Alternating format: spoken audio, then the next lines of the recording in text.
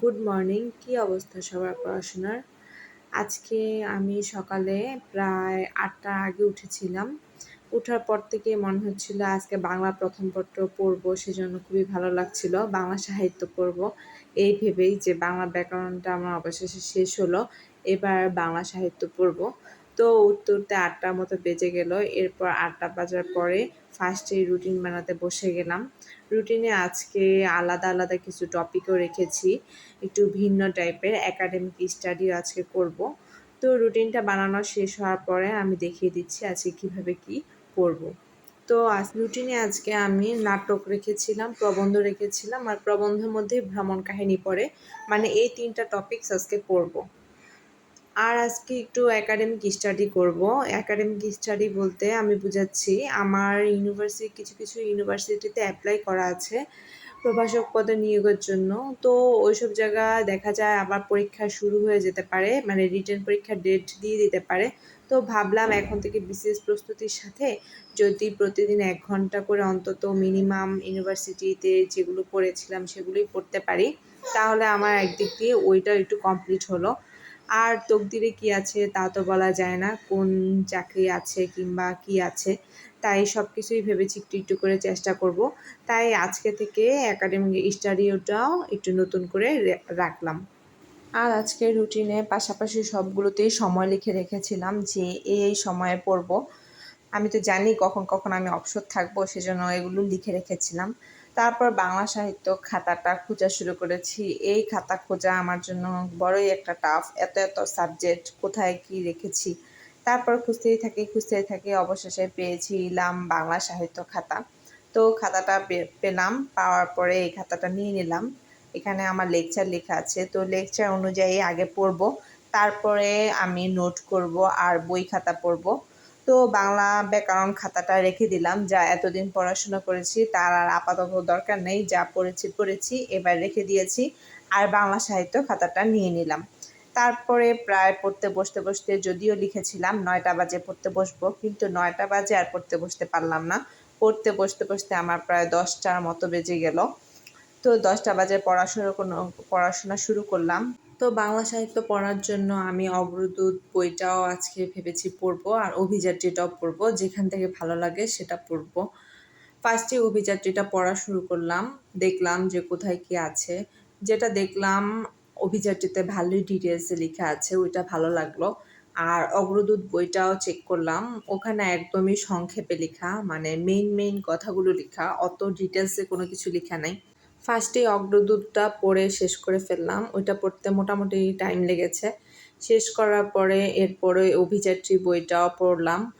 তো লেকচার খুঁজলাম যে লেকচার আছে কি না। আসলে এই টপিকসের উপর কোনো লেকচার নাই, লেকচার ছিল না। তো ভাবলাম যে ২টা বই থেকে আর কিছু যদি একটু সার্চ দিয়ে যেটা মানে মন চায় সেইভাবে আমি আমার মতো করে একটা নোট বানাবো।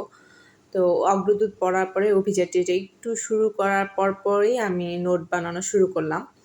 আর এখানে ডায়েরিতে যেটা আমি লিখছিলাম যে কোন টপিকসটা কোথা থেকে পড়েছি, এটা যেন পরে দিয়ে আমার মনে থাকে, এই জন্য ডায়েরিতে এটা লিখে রেখেছি। এই ডায়েরিতে আমার যেগুলো সাধারণত ভুলে টুলে যাই এমন টাইপের জিনিসগুলোই লিখে রাখি। তো এখানে এগুলো লিখে রেখে এটা রাখলাম, আর লেকচারটা পড়া শুরু করলাম। এইভাবেই পড়াশোনা শুরু করে দিলাম।